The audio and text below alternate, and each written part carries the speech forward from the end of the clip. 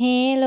สบายดีทุกคนช่วงนี้ก็จะปรากฏเห็นแม่แก้วเฮ็ดเมนูเกี่ยวกับหมักหมี่อ้าวหลายๆแด่เนาะเพราะว่าอยู่ในช่วงหลังๆนั้นแม่แก้วก็ได้เฮ็ดซุปหมักหมี่ลงไปแล้วอยู่2เทื่อมามื้อนี้เพิ่นมาเฮ็ดแกงหมักหมี่กินอีกแล้วแม่แก้วก็ได้เฮ็ดแนวใดๆเนาะก็ของคนมันมักแถมอยู่ในช่วงนี้ก็ถือว่าเป็นฤดูกาลของหมากหมี่แหนมเบิ่งต้นได้ก็หมากห้อยอุตุโอนโต้นอยู่ซะสำหรับคนที่มักกินคือแม่แก้วนี่เห็นแล้วก็อดใจบ่ไหวแล้วต้องได้แม่นได้เด็ดได้ปิดมาแหละเวลาที่เฮ็ดเมนูเกี่ยวกับหมักหมี่เนาะสิ่งที่ค้านสุดๆนั่นก็คือตอนปอกนี่แหละเพราะว่าหมากหมี่มันจะมีหยางอะนะคันเฮาบ่ฮู้วิธีจับวิธีปอกแล้วก็ติดมีดติดมือหมดแหล้วเวลาปอกหมักหมี่เนาะคันบ่อยากให้หยางมันติดมีดติดมือหันนะทุกคนเปิดน้ำแห้งๆแล้วก็ต้งใส่แบบนี้แล้วก็ปอกเพราะว่าน้ำมันจะเซอะจะไหลเอาหยางมันออกแล้วก็ติดมีดเฮาบ่ทันหันนะคันเฮาเฮ็ดแบบนี้ถึงมันจะติดก็ติดดามเล็กดามน้อยส่วนแม่แก้วหันปอกแต่ละครั้งก็จะเฮ็ดแบบนี้หั่นแหละสำหรับหมากหมี่เนาะก็จะมีอยู่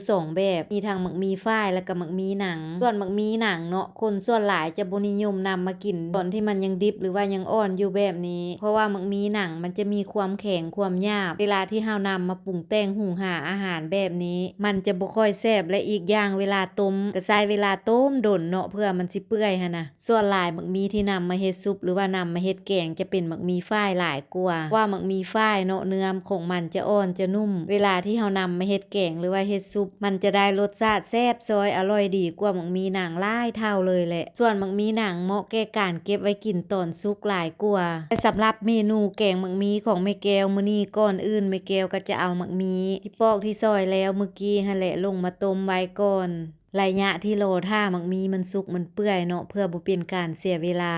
ก็จะไปหาเก็บเอาใบยานางเพื่อมาเตรียมไว้สำหรับใบยานางนี่ก็แถวบ้านแม่แก้วนี่หลายเลาะเก็บเอาแถวบริเวณออมแอมแคมหัวแคมสวนแถวหน้าบ้านนี่แหละซ้ำสิเก็บใส่หั่นใส่นี่หั่นบ่ทันได้ซื้อเนาะยานางแถวบ้านแม่แก้วนี่นะมีหลายตามดีอยู่ในช่วงนี้แฮงปงยอดปงเครืองามแหละหลังจากที่ไปเก็บมาแล้วก็นำมาย่องมาคั้นที่จริงใช้เครื่องปั้นเอาก็ได้เนาะมื้อนี้หันเฮ็ดแต่น้อยเดียวก็เลยใช้มือย่องเอาซะเพราะว่าใช้เวลาย่องก็บ่ดนปานใดหันน่ะย่องแป๊บเดียวก็น้ำมาเขียวๆเลยเบิ่งแม่ย่านางนะเป็นตาสะอ่อนคักหลังจากที่ย่องย่านางแล้วกลับมาเบิ่งหม้อหมักหมี่ที่ต้มไว้ก็เริ่มสุกเริ่มเปื่อยพอดีก็จะปรุงหม้อเพื่อไปเย็นเอาน้ำออกก่อนเพราะว่าน้ำต้มหมักหมี่นี่มันค่อนข้างว่ายังมีรสฝาดแด่เนาะหลังจากที่เย็นน้ำออกแล้วก็นำเอามาเริ่มแกงได้เลยบ้านนี่ค้างหม้อตามด้วยการใส่น้ำใบยานางลงไป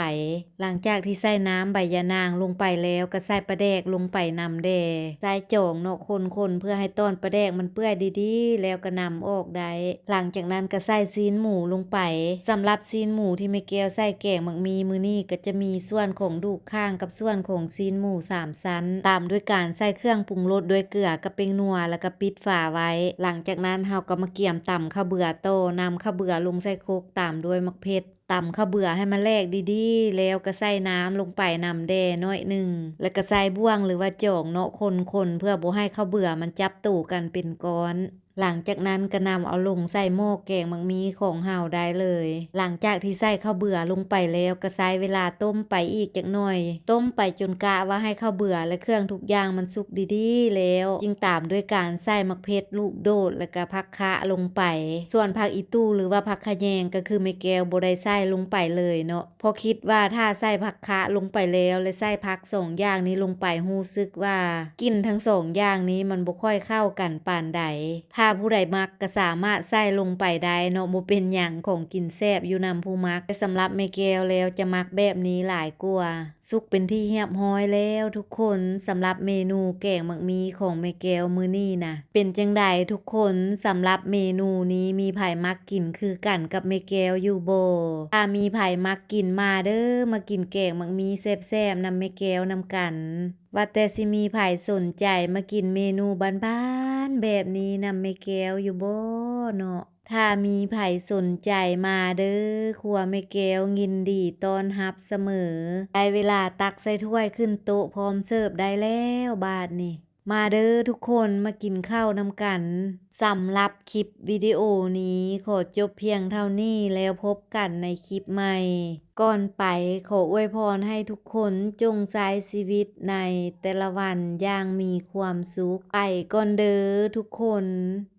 บ๊ายบาย